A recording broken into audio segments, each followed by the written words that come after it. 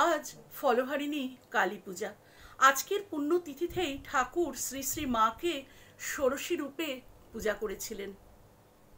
তো শ্রীমায়ের বাড়ি থেকে সেখান থেকে একটি সংগৃহীত লেখা মনে হলো বন্ধুরা আপনাদের সাথে একটু শেয়ার করি।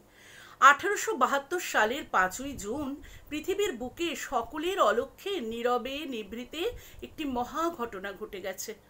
মা সারদা দেবীকে দেবী জ্ঞানে ঠাকুর শ্রীরামকৃষ্ণ দেবের পূজা আজ পৃথিবীর সকলের জানা।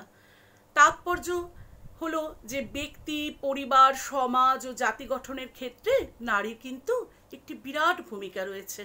সেই নারী মুখ্যত কখনো জননী, কখনো পত্নী। নারী নিঃশব্দে এত কাজ করে চলেছে, কিন্তু কখনো প্রতিদান প্রত্যাশা করেনি। ঠাকুর মাকে পূজা করে তার মধ্যে নিখিল নারীত্বের উদ্বোধন ঘটালেন। দীর্ঘ 8 মাস একত্রে বাস করে তিনি সারদা দেবীর শুদ্ধতা ও দেবী সত্তার পূর্ণ পরিচয় পেয়েছিলেন। তিনি তার জাগরণ ঘটালেন।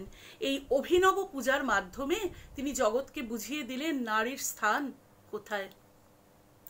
নারীকে শুধু সমান ভাবা নয়, তাকে শ্রেষ্ঠের সম্মান দিতে হবে। নারীর সম্মান রক্ষিত না হলে সভ্যতার জয়ডঙ্কা যে অর্থহীন হয়ে যাবে। বাস্তবিক সমাজকে রক্ষা করতে হলে, জাতিকে গঠন করতে হলে নারীর যথোচিত সম্মান ও মর্যাদার প্রয়োজন। নারী যে দুর্বল নয়, নারী যে উপেক্ষণীয় নয়, তা বোঝানোর জন্য ঠাকুরের এই পবিত্র পূজার আয়োজন। নারীর মাধ্যমে আদ্যা শক্তির প্রকাশ। এই চৈতন্য জগতের সকল মানুষের মধ্যে হোক।